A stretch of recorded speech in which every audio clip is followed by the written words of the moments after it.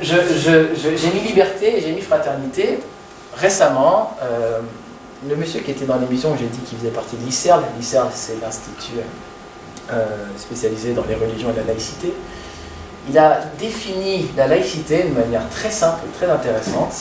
La dernière fois qu'il a parlé, où j'étais présent, il a dit la laïcité, c'est trois choses. C'est liberté, égalité, fraternité. Au début, il a dit ça, j'ai dit ok.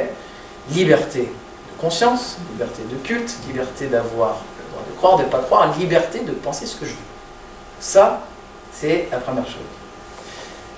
Égalité, on est tous à égalité en théorie face à cette liberté de croire ou de ne pas croire. Tu es autant égal que moi, sur le plan du droit, tu as le droit de croire ou de ne pas croire, si, ça, comme moi.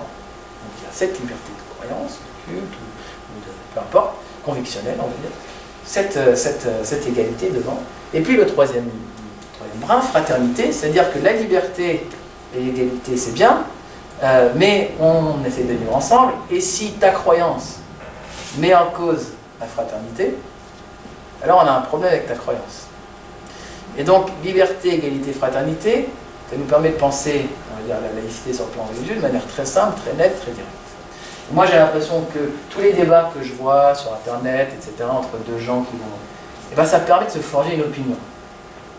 On est sur le champ de la liberté de conscience. Et tout ce qui est de l'ordre du dialogue, dans ce que je vais faire à la tente de la rencontre, moi j'ai l'impression que ça développe quelque chose de l'ordre de la fraternité. Et je pense qu'en France, il faut qu'il y ait les deux. Mais il faut qu'il y ait voilà, un débat, enfin un équilibre entre les deux.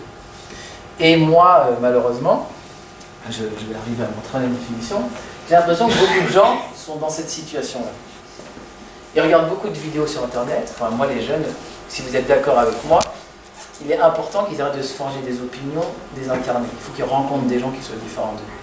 Parce que quand on se dit un musulman c'est ça, ou un athée c'est ça, ou un juif c'est ça, moi une fois, un jeune il me dit je suis antisémite. Il me dit je suis antisémite. Comme ça a énervé tout ça. J'avais envie de rire, j'ai dit ouais c'est vrai. Tu connais un juif? Il dit non, j'en ai jamais rencontré. Je vois, c'est intéressant.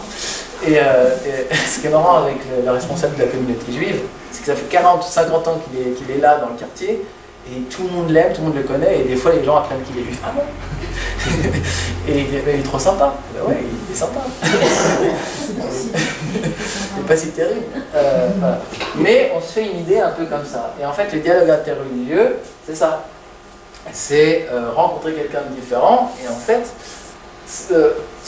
comment dire, on peut regarder un débat, voilà, assis dans son canapé, on se pâte le truc, on reste chez soi. C'est pas engageant. Le dialogue, c'est forcément engageant. Si on va sur la tente de la rencontre l'hiver, on met les moufles, on met le menton, on sort du canapé, il faut y aller, quoi. Donc moi, c'est quelque chose que je veux faire avec les jeunes, et donc moi, déjà dans la tente de la rencontre, j'ai déjà plusieurs jeunes du quartier qui sont impliqués dans l'association.